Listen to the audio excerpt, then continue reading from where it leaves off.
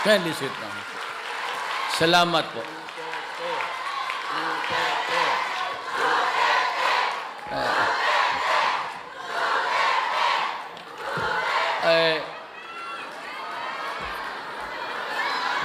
Nandito po sa kamay ko ang listahan ng mga kasama kong opisyalis sa gobyerno natin.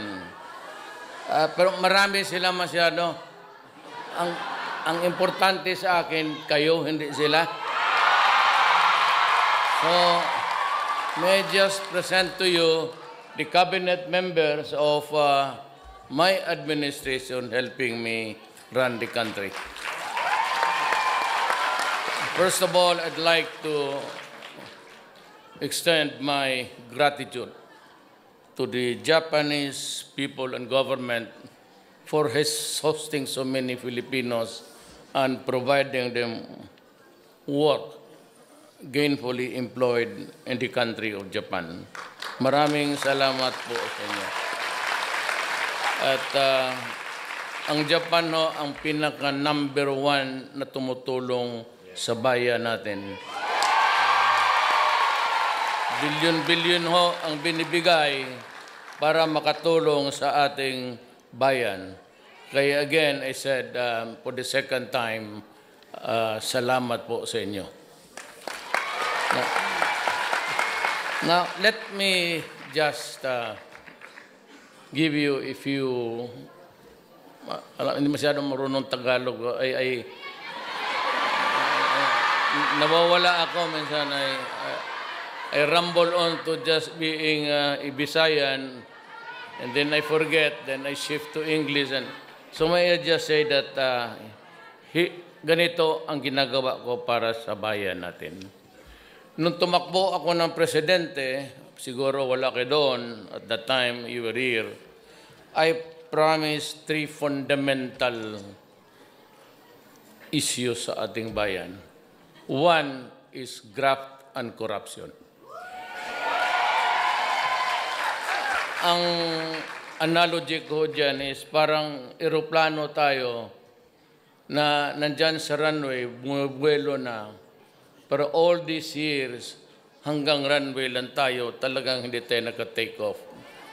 And one of the things that I blame for this entire whatever, Filipino tayong lahat, is because of corruption has really pulled down the country considerably. Second ho, I promised you itong drugs kasi mabigat na problema sa bayan. Ang third, criminality. So mag-umpisa ako sa graft and corruption. Sabi ko ho, wala na yan.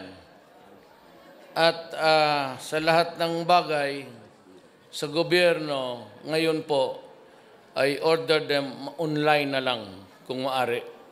Huwag na hong magpipila pa, then wait for so many hours.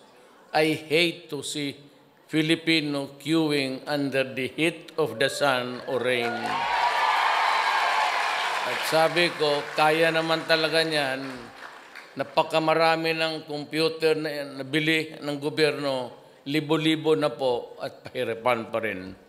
So sabi ko, ease up the burden of the Filipino. Kaya dito kay Secretary of Labor, kay Bebot Belio, I think he was the Secretary of Justice noon yun sa panahon ni Arroyo. Sinabi ko sa kanya, I want a place, isa lang, tapos nandyan na yung booth ng NBI, kiosk ng BIR, booth ng police, at kasi sabi ko, kung computer man palang ang pag-uusapan at expedites everything, why don't you make use of it? So kayo, next time, gusto ko, sa isang building lang po, doon kayo sa NBI, doon maghintay. Tulbok-tulbok lang yung yawa ng bakit din nila. Why do you have to I don't want you to wait. Rito, kung nandyan, computer man kaya yan, super fast, di lalabas yan kung anong record mo. Kung ikaw ba'y NPA, kailangan ng trabaho, di bigyan ng visa o... Kung ikay food upper, pumasok ka sa yung door na yan, tuloy-tuloy ka na. Wala na problema. Yan ang gusto ko po. One-stop shop. Talagang one-stop shop. Yan ang gusto ko mangyari sa pati yung maritime, yung sa mga sailors natin, ganun rin. But I'm thinking really seriously now, dito na magkaroon kayo ng sariling bangko ninyo.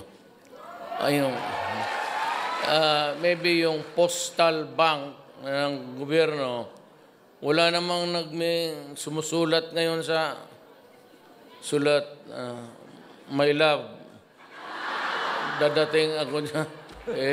Puro load lang naman yan. Load lang yan, love, ngayon, hindi na sulat. So, I want to make life comfortable for you. Kaya maasahan ninyo talaga yung korupsyon. Mag-uwi kayo ng Pilipinas, wag na ho kayong matakot, do not worry. At kung ito, hindi ako nagbibiro. Pagpunta mo ng Pilipinas, may police, customs, o immigration at humihingi sa iyo ng pera, sampalin mo.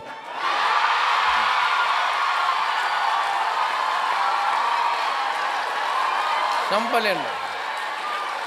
Sabihin mo, sabi ni Mayor doon sa Japan pagpunta niya, putang inan, huminti talaga kayo. Ako'y, sampalin mo. Tapos, you create a scene. Magsigaw ka, magbastusin mo. Tapos malalaman, marami namang media dyan. O di makukuha nila. Tapos radyo, may dito nagkagulo. Kasi bakit? Hiningan mo ka ng pera. O kinuha yung mga bagay-bagay mo. Yung nasa bagahe mo, huwag naman tunilada. Siguro mga 10 bag siguro, okay na yan. Kung commercial quantity, ika nga, yung sobra-sobra, ipagbili-bili mo, medyo mabigat yan. Kasi ako nang may agrabyado niya. Kasi ang taxes o ang buwis. Pero kung yung sa bag mo, kunin yung mga bagay, huwag kang pumayag. Pagka kinuha yung kunin mo ulit, sabihin mo, hindi yan para sa iyo. Kung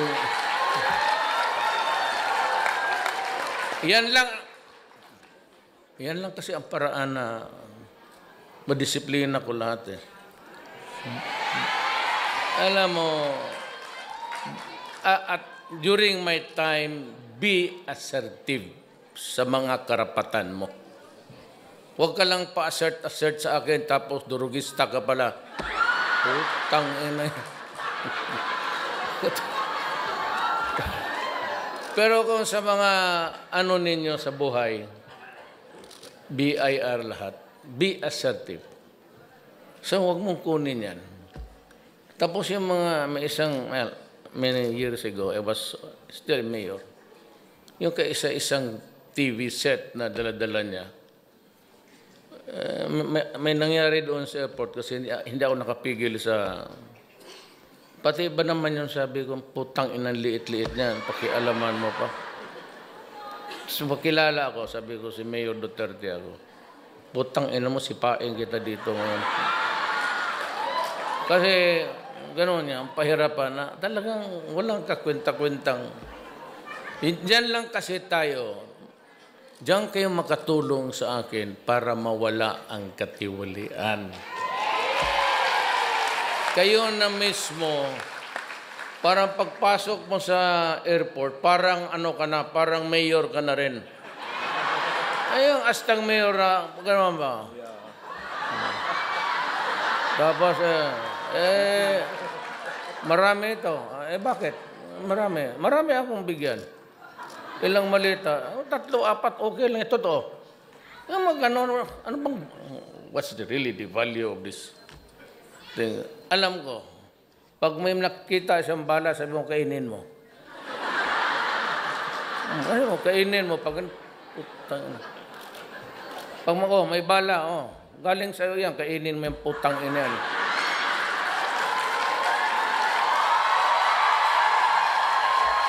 Pag hindi, mo kainin kita buhay dito. Just be assertive. Tapos kung sa publiko ka, create a scene. Yung magbula ka. Tapos sabihin mo bakit. Na ngayon, pag may number. Ngayon, sa Pilipinas, may PTB4 tayo. After the news, sa umaga, I will require mga 1 hour. Text lang kayo. Text mo lang. 888 man yan, text. Dito if you want to name the official, fine. Sabi mo, ito si Alejandro Martinez, empleyado dito, hiningian ako ng ganon. Lalabas yan sa screen. So, the people of the Philippines would know anong ginagawa nitong ulol na to. Lahat yan, police, military, custom, lahat. Ngayon, in fairness and in obedience to the rule of the right to be heard, bigyan ko siyang panahon. Sagutin rin niya doon sa text. Limited to few sentences. Hindi po totoo yan. Ganun. Ngayon kasi wala naman tao magwala ng pera na lang kung ang nire-report mo, inano mo kasi walang sustento sa iyo. Ganun yung mga ulol na yan eh. Yan ang ayaw ko dyan. Mag-iwan ng asawa tapos galit. Ako ang iniwan, ako pa anong susustento? Baliktad. Itong mga unggoy na to, iniiwan yung asawa, sumasama sa bata, ayaw pa magsustinto. Ang nangyari sa buhay ko, iniwan ako ng asawa ko, ako ang nagsusustinto hanggang ngayon. Hindi, okay lang, di ba? Kaya nung patawa ito, pero pasaway, pero mabuti na.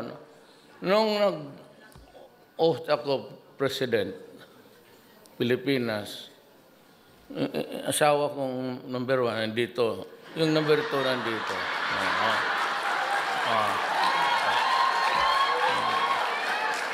Saan ka nakakita na ganong style?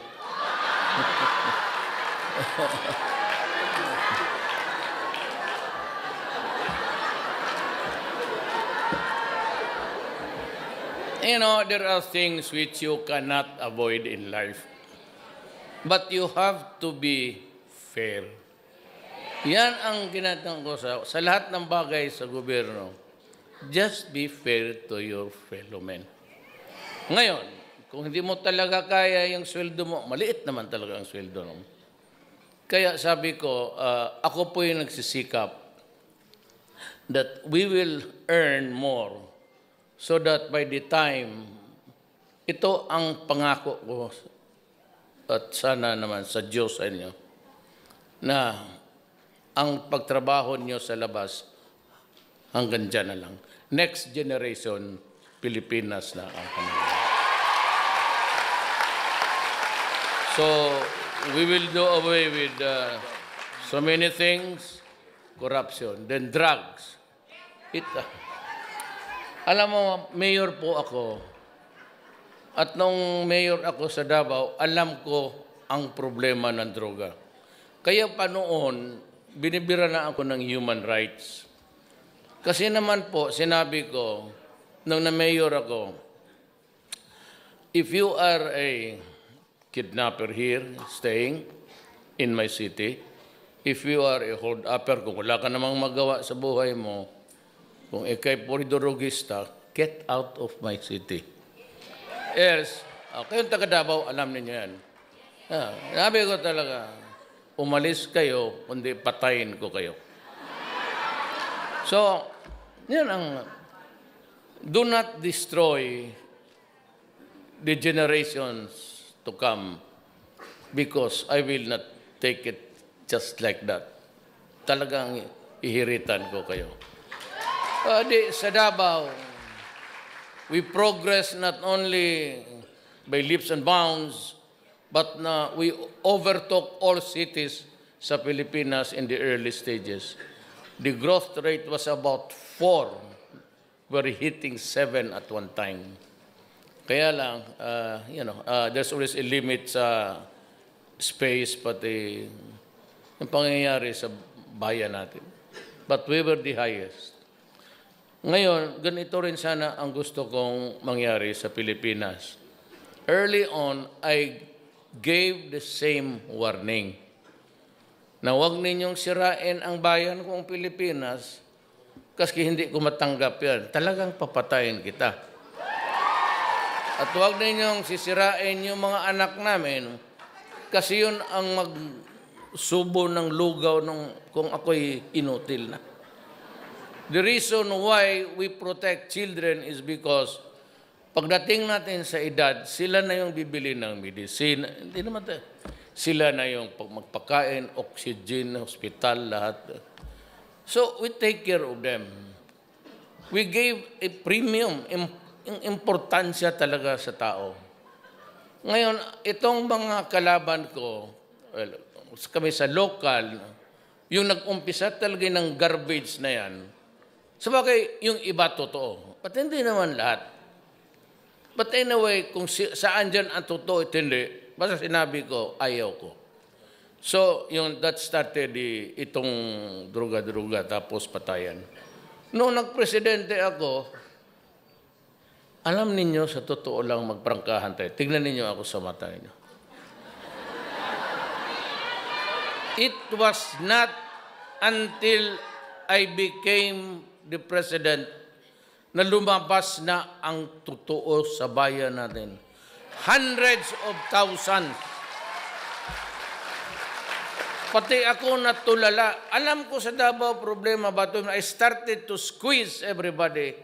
Lumabas ang totoo. The naked truth was that we are a nation na napakaraming addict.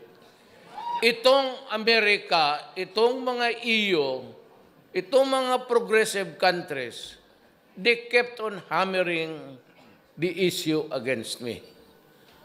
Sabi nila, marami na 3,000 na daw ang patay. Hindi na lang inisip ng mga ulol na to. Putang ina nila.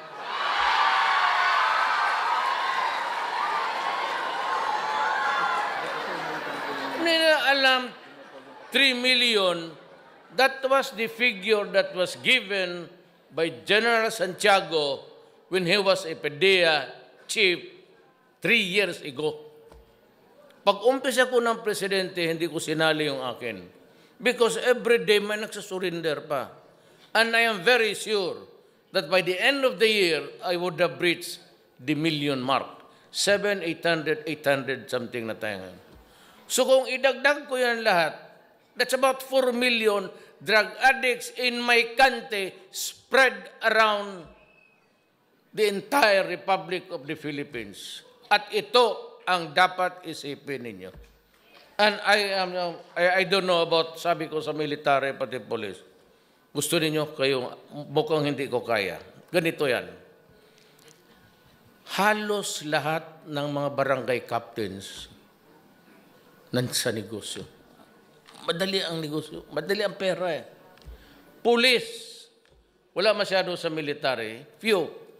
Police, barangay captain, mayors and governors, judges. We are already into the narco politics. Kasi yung mga barangay captains are elected. mga kagawad, councilors, mayor, governors. Kaya ako hindi pumayag ng election, sinabi ko kay Speaker Alvarez. Nandito po, si Speaker, pakipakilala ko. Ayan. Huwag lang magalit. Siya, pati ako pareho. Dalawa ang...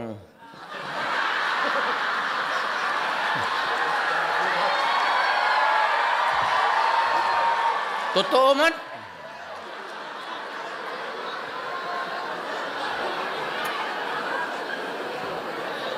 So what am I supposed to do with 4 million? 3 mil lang nga ang namamatay. Tapos yung garbage, you know, you were around during the campaign. It was never an issue against me about drugs. It was not until after I was hitting the rating na dumikit na ako doon sa 32, 33, 34, tapos 27. Doon, last minute na basura, ako raw may deposito sa bangko. May deposito akong bilyon, bakit pa harap kayo dito?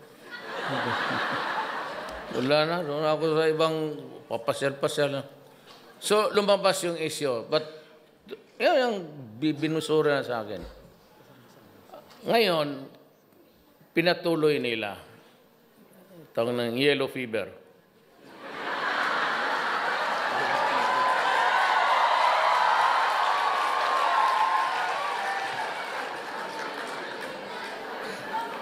Ang problema nito, ulitin ko, ayaw ko kasi makipag-away. Tarantado itong mga Amerikano na to. The Americans are really a bully. Yang sa Bisaya, daog-daog. Sa Tagalog, api-api. Maapi-api itong mga yawa na to. Ang unang bumira sa akin, isang lalaki based in Manila sa human rights. Niwawarningan ako. Pinagpasensyahan ko lang. Okay lang. Sabi. Bakit? Totoo naman.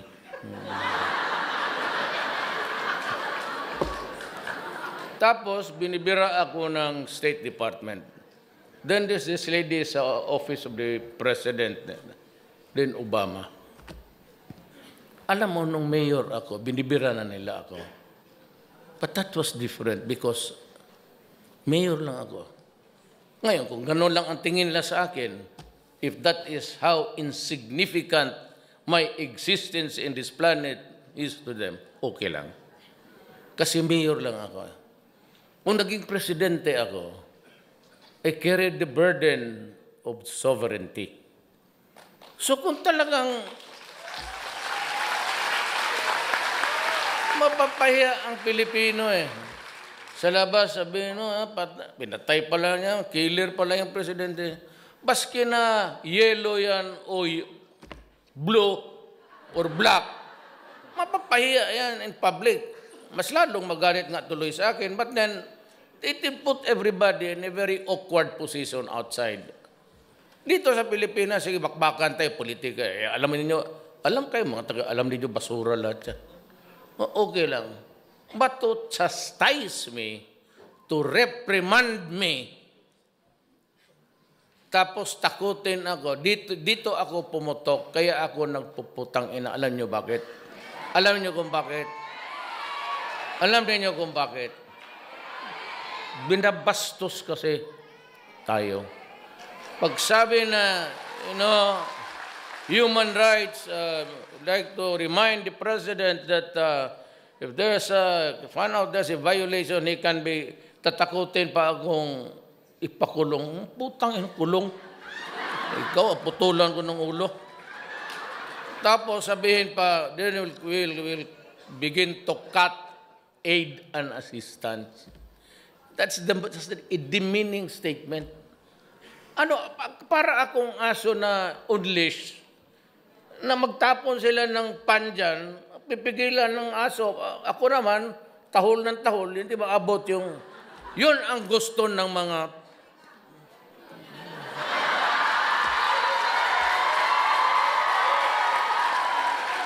If you have the evidence, go ahead and file the case. Wala akong problema. I can rot in prison for my country. Yan ang magagawa ko. I am not a Filipino for nothing. Baski ganito lang kami kapobre, wag do not fuck with our dignity.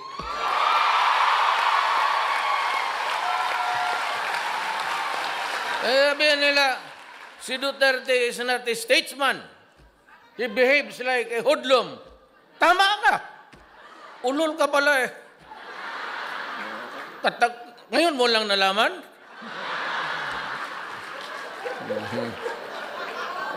Ganon ako, ganito, ganon. Hindi na bali, basta ganito yan eh, para sa lahat. And this is really for all of you Filipinos and for the entire world. Baski anong bagay magka-diferensya, wag lang basta bayan na ang pag-usapan. Tangina, hindi talaga tayo magkaintindihan. Drugs, 4 million, narco-politics na. With the election of De Lima, the national portals of narco-politics has entered the political life of our country. Kaya sabi ko, how do you solve now the 4 million? Yan ang hindi tinitignan ng Amerikano. Ang tinitignan lang niya, yun na mamatay ng mga drug addict. If at all. Ang iba doon, talagang sinalvage. Ewan ko kung sino. Yung iba, binabalot pa ng plaster. Sabi ko, we are not manufacturing mummies. Parang mummy ng Egypt eh.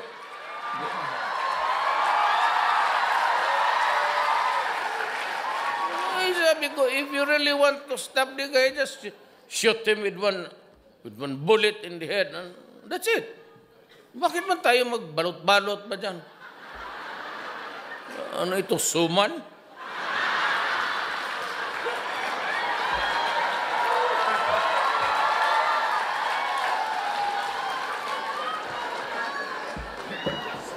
Kaya ako maligaya kasi wala man akong ibang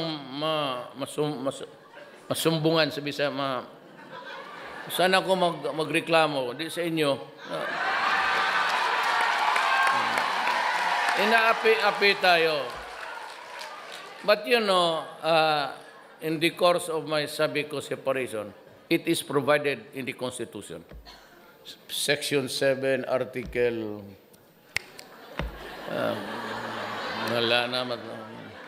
sabi doon, our country must formulate an independent foreign policy. Ayaw ko dyan, kasi yung mga Amerikano nandyan, sabihin naman ng mga militar, sir, kailangan natin ng equipment, gano'n. You know, sabi ko nga sa military, I am not a wartime president. Remember that. I am a president seeking peace for my country. Kaya, nung na-presidente ako, wala pa. Inuna ko na ang komunista. Sabi ko, we have been fighting for 45 years. Do you mean to say that you want another 45 years of fighting? Magkasama kami, left po ako, sa left ako. Hindi ako kandidato sa mga oligarch pati mayan. Left talaga. Kaya kami nakakaintindihan. Kaya kita mo yung overtures ko, pumayag sila, nag-uusap na tayo, wala nang gera ngayon sa ating bayan, NPA versus government. We are talking in Oslo. So dito yung negotiators natin as we go along, si Perfecto Yasay, the Foreign Secretary. So, maniwala ka o hindi? Sa dormitoryo kami noon, kami ang magka-roommate. Bright ito. Valedictorian, salutatorian ito na graduate. Then, ang kaharap namin sa kwarto si Bebot Belio, taga Isabela. Lucano ito. Okay. Okay to. Magka-classmate kami, but they are the brilliant ones. Sunny Dominguez, yung ating finance secretary. Kindergarten to high school, kasi napaalis ako sa Ateneo, second year, siya na lang, but they graduated yung klase namin. He was the valedictorian. Oh. Alam mo, ito si ating Secretary of Agriculture, Governor Manny Piñol, is a magna cum laude graduate yan. Ito lang. Graduate, magna, puro yan sila mga utak. Senator Cayetano.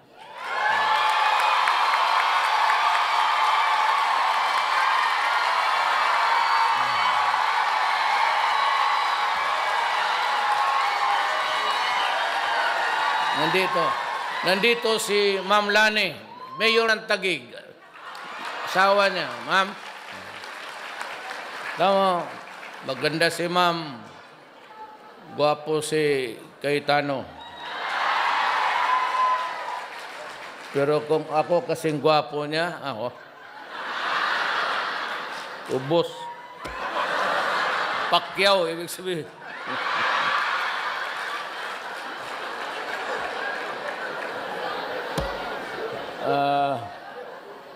Si Mark Villar sa DPWH. And Defense Secretary natin from Cotabato City, si General Lorenzana. Alam mo ito, si General Lorenzana, ang may sabi pa sa akin, taga Cotabato City ito, Ilocano, pero Cotabato. Yung mga Ilocano lunggo sa... Yan. Tapos si pastor pa ang may sabi sa akin. Ano, abid mo ba alam yung sekretary mo of defense? Classmate ko yan. Sabi niya, valedictorian namin yan. Kita mo naman, ang buhok na ubos ka-aral.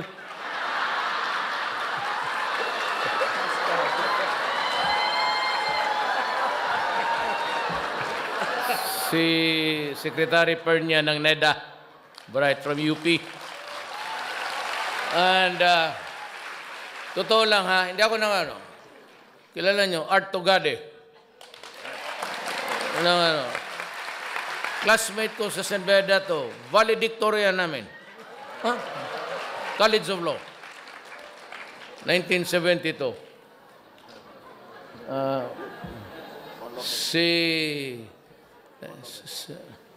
Sa DTI, sa Go Negosyo, medyo ito yung, and si Senator Estrada. Ejercito Estrada. Ang ating National Security, pareho yan sila, Estrada yan, basta ganong muka, pareho yan sila. Si Gerald Esperon, ang National Security Advisor ko. Si Cabinet Secretary, si June Ivasco. Alam mo, istorya nito, June Ivasco, pati isang pare, nagagong yun. Sama niya,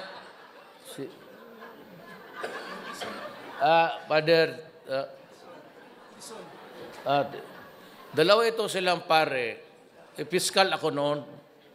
Nahuli ito ng military sa Libungan. Cotabato. Nagplenom-plenom ito sila. Natsambahan. Ngayon, ako yung piskal, ako yung inquest. Ako lang yung nag-iimbestiga doon ng takot kasi lahat sa rebelde. So, sabi ng si Stares kung kilala niya, may nahuli kami dyan, 2 pare. Tapos sabi ko, sa harap talaga ng piskal yan, kasi yung affidavit, ito bang sinasabi mo dito, totoo to? O sabi, salvage na lang namin. Walang kwenta mo. Tangina mo, pare.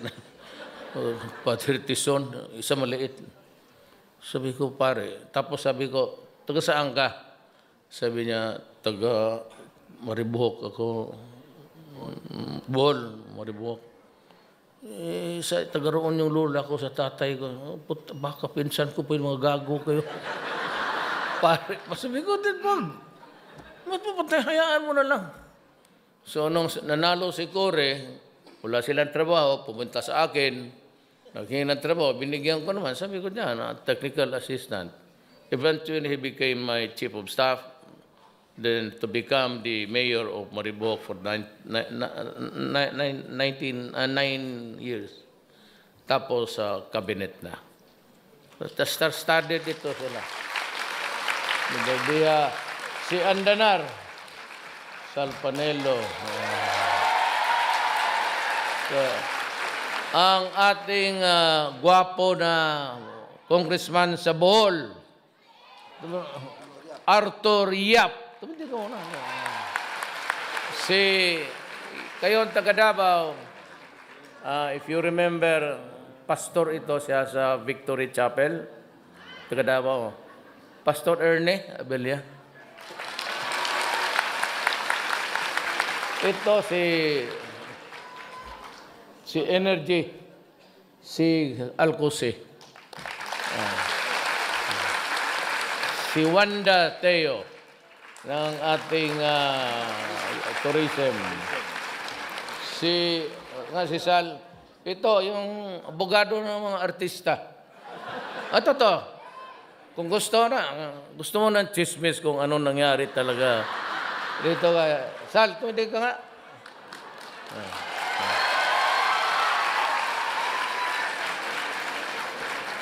Itong si Sal, hardworking. Yumaman lang ito sa mga away ng mga artista. Yung mag-asawa, yung magkakaso-kaso. Ako po ay ordinaryo lang, kagaya ninyo. 75, 76, ganun lang yan. Hindi naman masyado ako nagmamadali kasi I finished my high school 7 years. Sabi ng nanay ko, Rodrigo, matapos ka kaya? Sabi ko, wala man tayong pagmadalaan dito sa buhay na to. Sige lang, bilyar. Minsan nahuli pa ako ng nanay ko, yung talagang takot, pinalo sa ganon-ganon, Kaya yung nanay ko kung buhay ngayon, idemanda ko ng child abuse.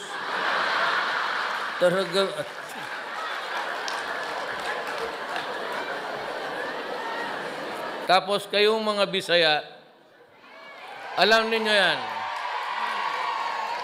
we have this colloquial term na hanggang pantalan ka lang. Di ba? Yung ayaw natin magtrabaho, mga kapatid, yung mga lalaki, magalit yung tatay sabihin, ikaw, litsi ka, hanggang pantalan ka lang. Di ba? It's a colloquial or idiom developed along the years. Sabi ng tatay ko na, ikaw, tsikang anak ka, hanggang pantalan ka lang. Sabi ko, sige lang, basta bayaran lang ako sa kanakarga ko, okay lang. Pero sa totoo lang itong lahat na nakarito mga Artugadi, ito bilyonaryo na to. Huwag sabihin magnakaw pa ito. Bilyonaryo ito. College of Law pa kami. CEO na yan ng Delgado Shipping. Puro mayayaman. Yasay he is a professor sa Western Side sa Hawaii University. Pero sa awa ng Diyos, ito trabante ko ito lahat.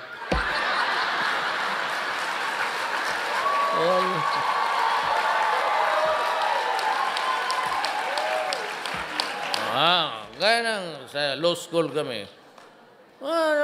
Classroom kami naman doon sa College of Law, magtinginan lang sa mata. Kaya kung mag-aral ka noon ng libro, ganun ka talaga. Kasi oras ka gumanon ka, tapos karap mo yung mga ulol na... Kasi, sige, wala na. Pagdating ng 5:30, tuloy na lang natin. Sa awa ng Diyos, okay ako, 4 years. Ganun lang ang buhay. So, then, para inspirasyon, not really because na, ayaw ko kasi yung, meron kasi ako sabihin, pero it's, I do not want to, sabihin ko na lang. Pero, hatiin ko. Mas komportable ako dito sa Japan,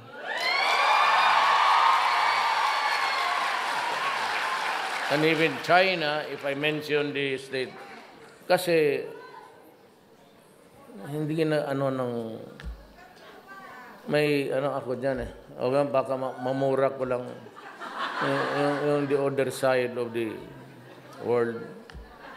Hindi magandang tratamento nila sa mga kababayan ko.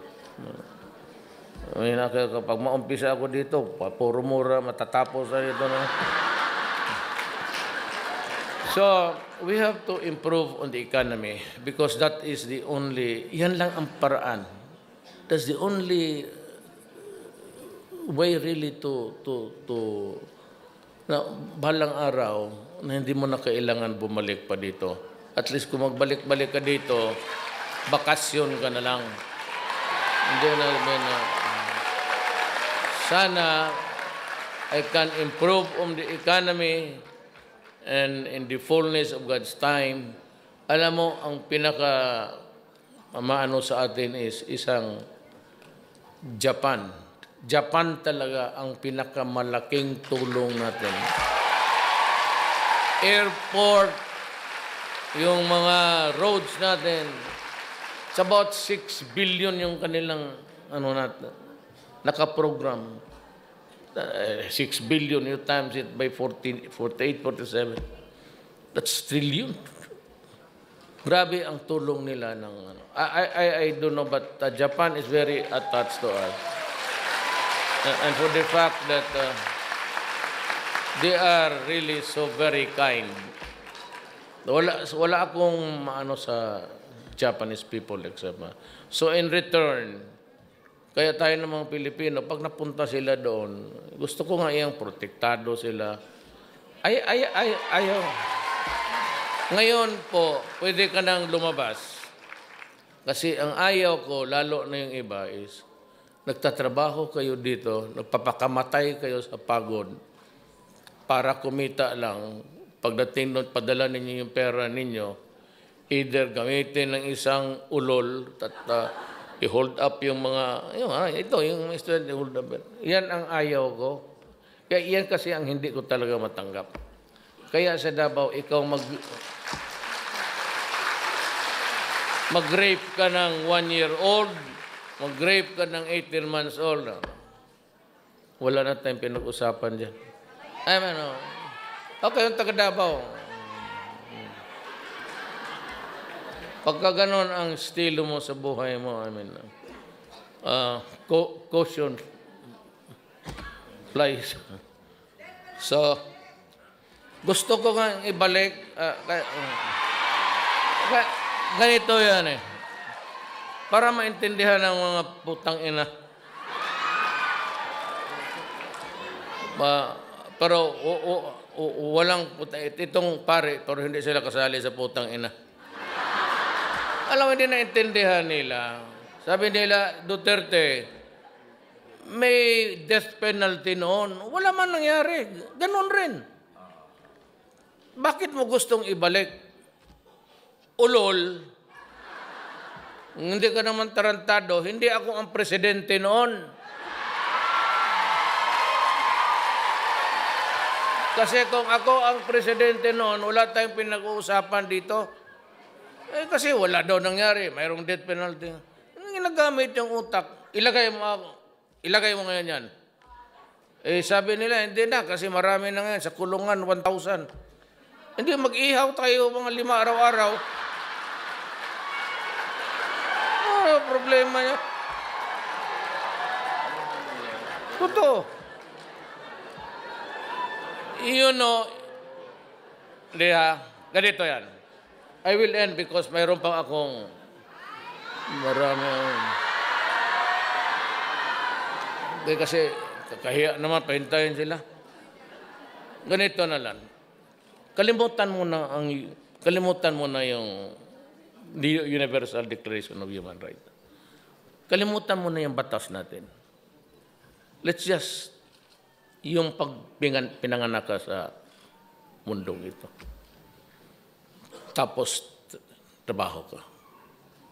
Pamilya mo, grade 1 pa lang, alam ko tatay ko noon mag-loan. Ang nanay ko to her retirement days, in the dying days, maghihiram pa yun ng 5-6. Lahat ng pulis, maestra ngayon, pati army, naghihiram 5-6. Tapos maubos na yung pera ko, halos hindi ako kakain. Tapos, i-rape mo kasi drug addict ka, siraulo ka, patayin mo. Tanungin kita, gusto mong mabuhay? What gave you the right to rape and kill my daughter? By what law itong universe na ito, sa bundong ito, sino nagbigay sa iyo ng karapatan na patayin mo ang anak ko, i-rape mo? Dito sa kabila, ito, makinig kayo, Amerikano, Bugokski. Ito dito. Anong kasalanan ko sa iyo? Kayong mga gangster, kayong nasa Pilipino na kinig, mga putang ina ninyo, kinig kayo mabuti. Kaya kayo namamatay, ganito. Anong kasalanan ng Pilipino? Anong kasalanan ng mag-asawa sa iyo na magluto ka ng siyabo at ipakain mo sa mga anak namin? But what right in this universe have to do that? Huwag na tayo mag-isip ng batas-batas. Sagutin mo lang ako. By what right? Anong kasalanan namin at bakit gawin mo yan sa amin? Masagot mo yan, buhayin kita. Putang ina mo, pag wala kang sagot, papatayin talaga kita. Mabubwisit na ako eh. Ano lang, sagot na. Huwag na yung batas. Sagot mo ang batas, makukulong ka o mamatay ka. Just answer me the question. Who gave you the right to destroy the life of my daughter, raping her, after ravishing her, killing her? But what right do you have na kami kayong tagalabas kung gano'n na lang ang pawis at hirap, saving every, tapos pagdating doon, pabili lang ng sa anak mo para pagdating mo doon, basag na pala. And you know what? Dysfunctional na nga eh. Nandito kayo, may maiwan mga anak. Mabutit na lang kung dala mo. It is by itself a dysfunction already, to be frank with you. Wala na nga ang nanay, tatay, o yung mga sailors. Tapos, lagyan mo pa nando, it becomes really a total dysfunctional family. Magnakaw ito, hindi na mag-aral. So, hindi ninyo na, you simply overlook the things in life. My American friends, we stick to the fundamental issues about human life. You want to protect, we do not want whoever wants to kill people. You cannot build a nation over the bones of the criminals, if that is what you want to hear. But then, I have to do something by the sheer magnitude of 4 million. Instead of helping me, you are criticized, you chastise me publicly. Insulting, because as a matter of fact, every time you mention about human rights violation, there's always a few words added, and that is the assistance. You can have it. It's all yours. We will survive. I'm sure I would be a villain to... Ngayon lang, maybe at this time, not all Filipinos would took note too kindly about my stand. But in the years to come, in the next generation, they would know that there is such a thing in this world as the dignity of the Filipino people. Maraming salamat po. Maraming salamat.